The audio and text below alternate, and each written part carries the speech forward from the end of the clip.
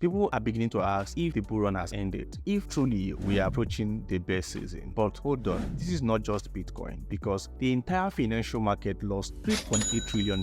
That is from both stock and crypto markets within the past week, making this crash the largest wealth destruction event in history. You see, 5th of August 2024 should be called Black Monday for global financial markets. Even the Japanese stock market Nikkei declined by 13.5%, making it worst performance since 1983. Meanwhile, European shares approach 6 months lows. This is a wake-up call for everyone because the inflation rate is hitting high and recession is coming. Even at this point, US increased their interest rate. But let's come down to crypto. Between 4th to 5th of August, over $1 billion were liquidated in the crypto market. Long positions 900 million, while short made up to $100 million.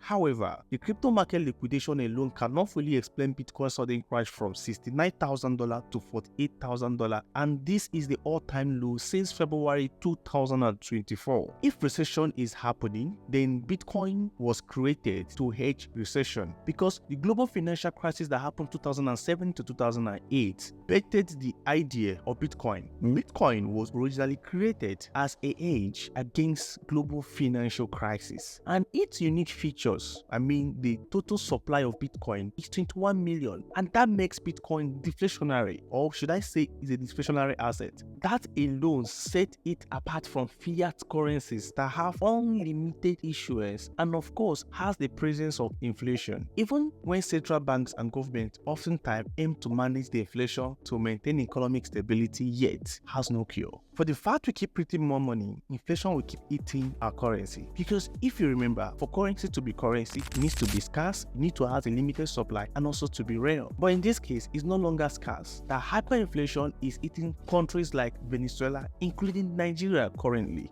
During times like this, it's advised that traditional investors should consider shifting their wealth into Bitcoin, as it is a better hedge against inflation. So all of this, I doubt if it should be the reason why Bitcoin should crash, because money is supposed to be leaving the traditional system back to the crypto. But in this case, crypto is also crashing. I will explain. There's an interesting twist related to this recent crash in the crypto market that many people failed to talk about, and that is Midgauss' announcement. Now, for those of us who are not familiar with Midgauss, it is a cryptocurrency exchange that claimed to have been hacked, losing over 200 bitcoins back in February 2014. Then in 2019, Mark Karpeles, the CEO of Midgauss, was found guilty of falsifying data to inflate holdings. As a result, he was asked to repay creditors. So how does this apply to this market crash in crypto? You see, recently, and that was on June 5th, Midgauss transferred 47,228 Bitcoin, and that is worth 2.6 billion from a cold storage to a new wallet. Almost immediately after that news, BTC dropped from $71,000 to $53,000. Let's consider the psychological impact of this in the market. When Midgauss was hacked, the price of Bitcoin as at then was around $500, but let's assume is $600.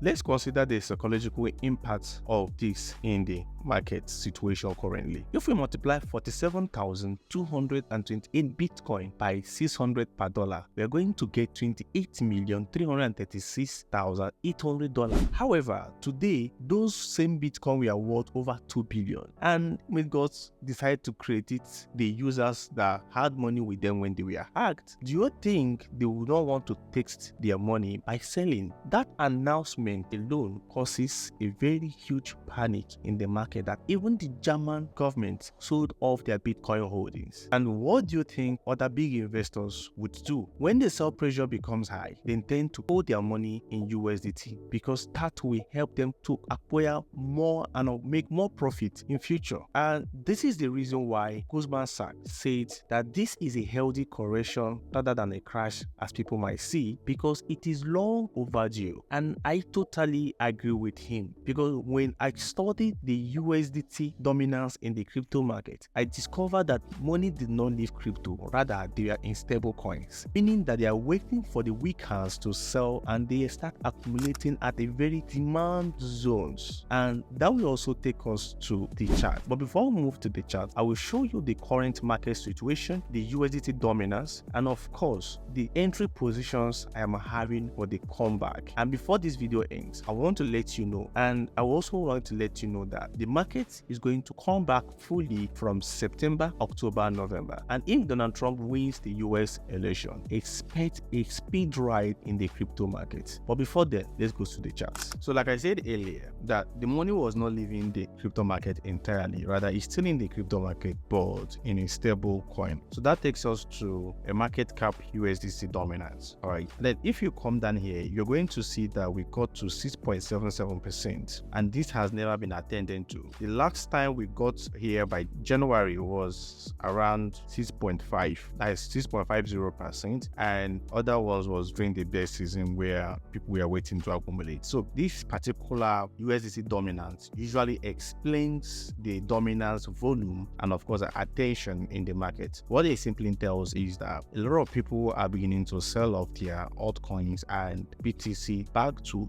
USDT and then waiting for a demand zone where they will be buying. All right, so now you notice that we've broken this all-time high and then created a new all-time high since February this year, 2024, to this 6.7 to 6.8. So let's go back to the current BTC market as well to see something here. Now you can see that we've broken the previous lows here. Now we notice that these are areas of demand, or this Y. When we first got to 73 and then market crashed and then came down here back to 56 and then we went up here. This was during the announcement of mid-course selling, transferring their BTC, over 2 billion worth of BTC out, and immediately we saw this crash up there, but it ended at $53,000. I'm sorry, you might not see my entire full screen. And then after this recent announcement of stock market crashing, US interest rates, and so many news, we saw this heavy crash. Now what this crash happened, this crash did not really imply that people are leaving or cryptocurrency market is actually crashing. Rather, it means that people are beginning to sell off for them to rebuy at a good entry zones,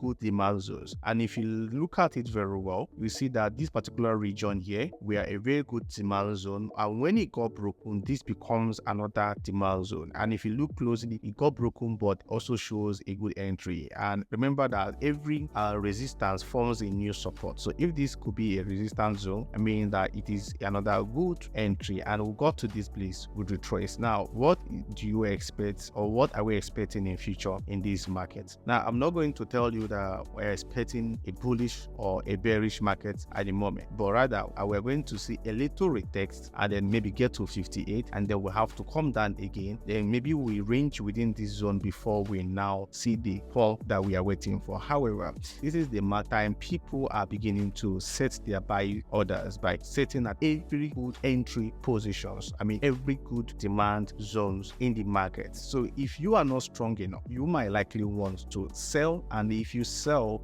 you might come back by October, November to realize that we have already left you. So this is the important part of this video. But then I also want to let you that when trading cryptocurrency is either you're coming in as an investor or as a trader. So as a trader, you should be able to have good entry and exit point at every point in time, irrespective of the strategy that you are adopting. But if you are an investor, then consider buying potential coins.